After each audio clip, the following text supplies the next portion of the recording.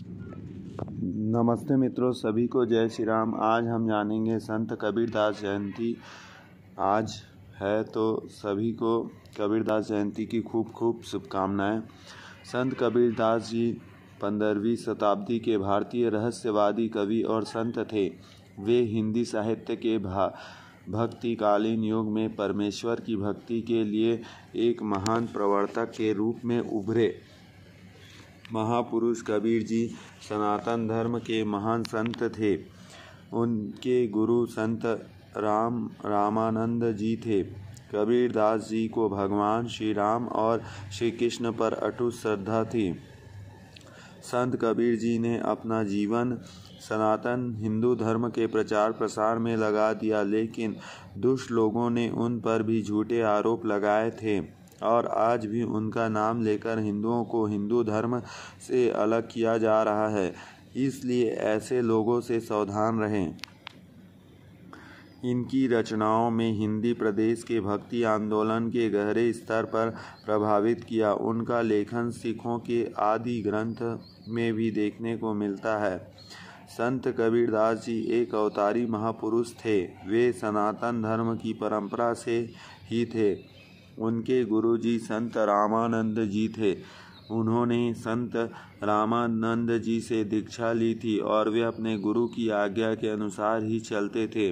पर कुछ स्वार्थी लोग अपनी अपनी दुकानें चलाने के लिए सनातनी धर्म की परंपरा के महापुरुषों को भी अपनी मति गति से तौलकर एक सीमित दायरे में रखना चाहते हैं और उनके नाम का दुरुपयोग कर हिंदू धर्म को तोड़ना चाह रहे हैं।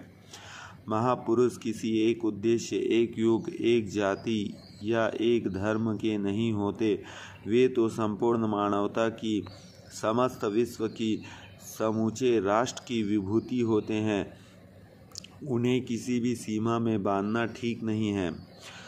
महापुरुष सबका मंगल, सबका भला सोचते हैं, पर राष्ट्र विरोधी तत्वों के हथकंडे बने स्वार्थी लोग ऐसे महापुरुषों को बांटकर आपस में हमें तोड़ना चाहते हैं। उनसे सावधान रहने की आवश्यकता है।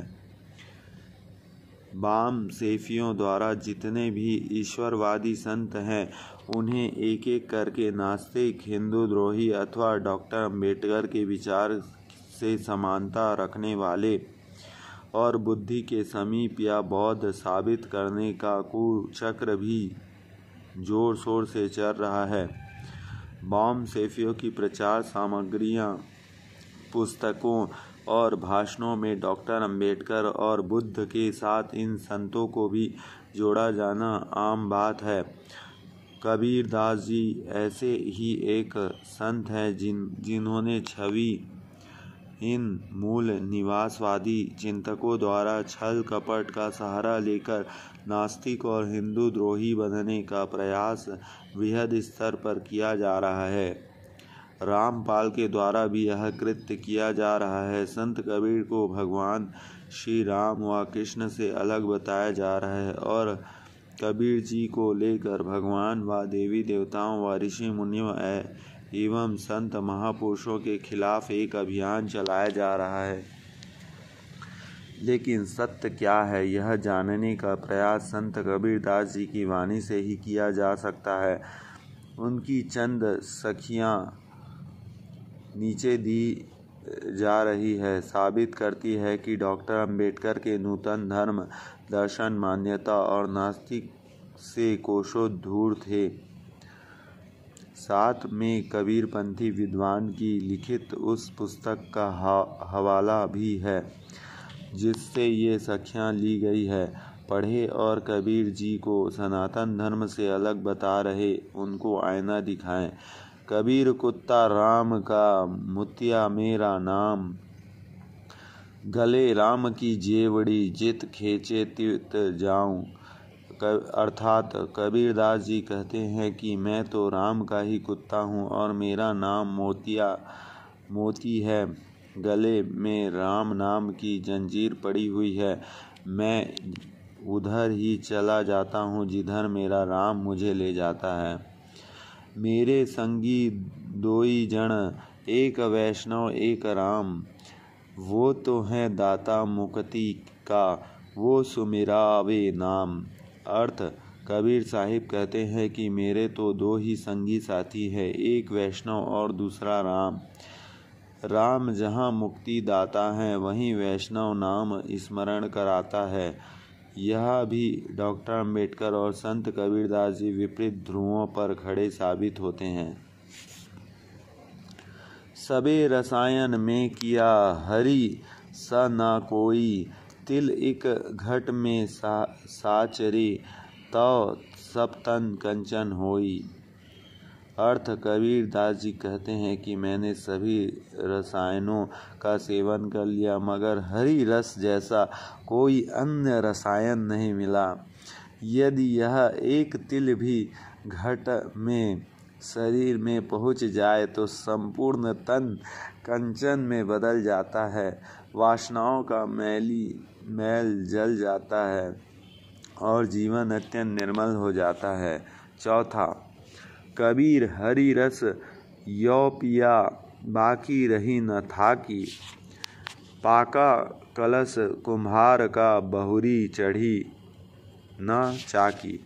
अर्थात कबीरदास जी कहते हैं कि श्री हरि का प्रेम रस ऐसा छक कर पिया है कि कोई अन्य रस पीना बाकी नहीं रहा। कुम्हार बनाया हुआ जो घड़ा पक गया वो दोबारा चाक पर नहीं चढ़ता है। पांचवा, क्यूम नृप नारी नदियाँ क्यूम, पनिहारियों का मान, मांग सवारे पपील को, या नित उठिए सुमिरो राम। अर्थात कबीर साहिब कहते हैं कि रानी का यह नीचा स्थान क्यों दिया गया और पनिहारिन को इतना ऊंचा स्थान क्यों दिया गया। इसलिए कि रानी तो अपने राजा का रिझाने के लिए मांग संवारती है, श्रृंगार करती है, लेकिन वह पनिहारिन नित्य उठकर अपने राम का सुमरन करती है। गजब। छठवा, दुखिया भूखा दुख को, सुखिया सुख का छूरी, सदा आजादी राम के, जिनी सुख दुख गोलू धूरे।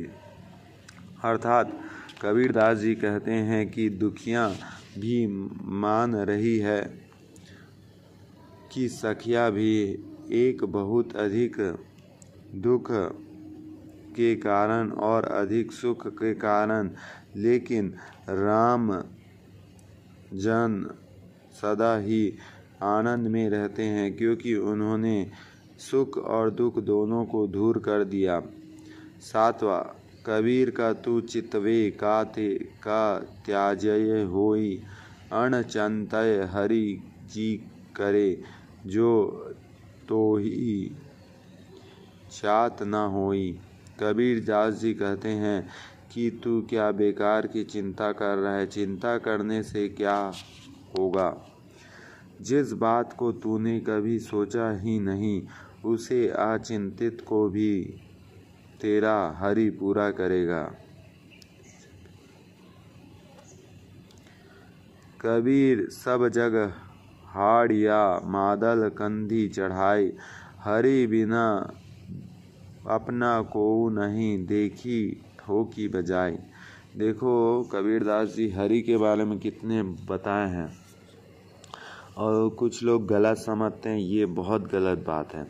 संत कबीरदास जी आत्मज्ञान दिए हैं, ब्रह्म ज्ञानी हैं, लेकिन वे राम और कृष्ण का वर्णन बहुत किए हैं और राम कृष्ण हमारे आदर्श पुरुष हैं जिनके द्वारा हमको बहुत कुछ चीज़ें सीखने मिली हैं।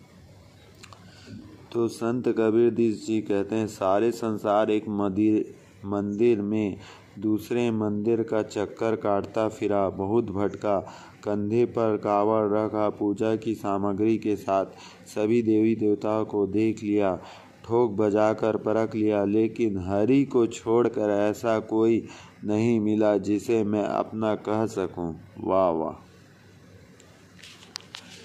तो संत कबीरदास जी की वाणी को अपने जीवन में उतारें और आगे बढ़ें, क्योंकि महापुरुष जो रास्ता बताते हैं उस पर चलना चाहिए, उस रास्ते से हम भगवत प्राप्ति कर सकते हैं। जय श्री राम।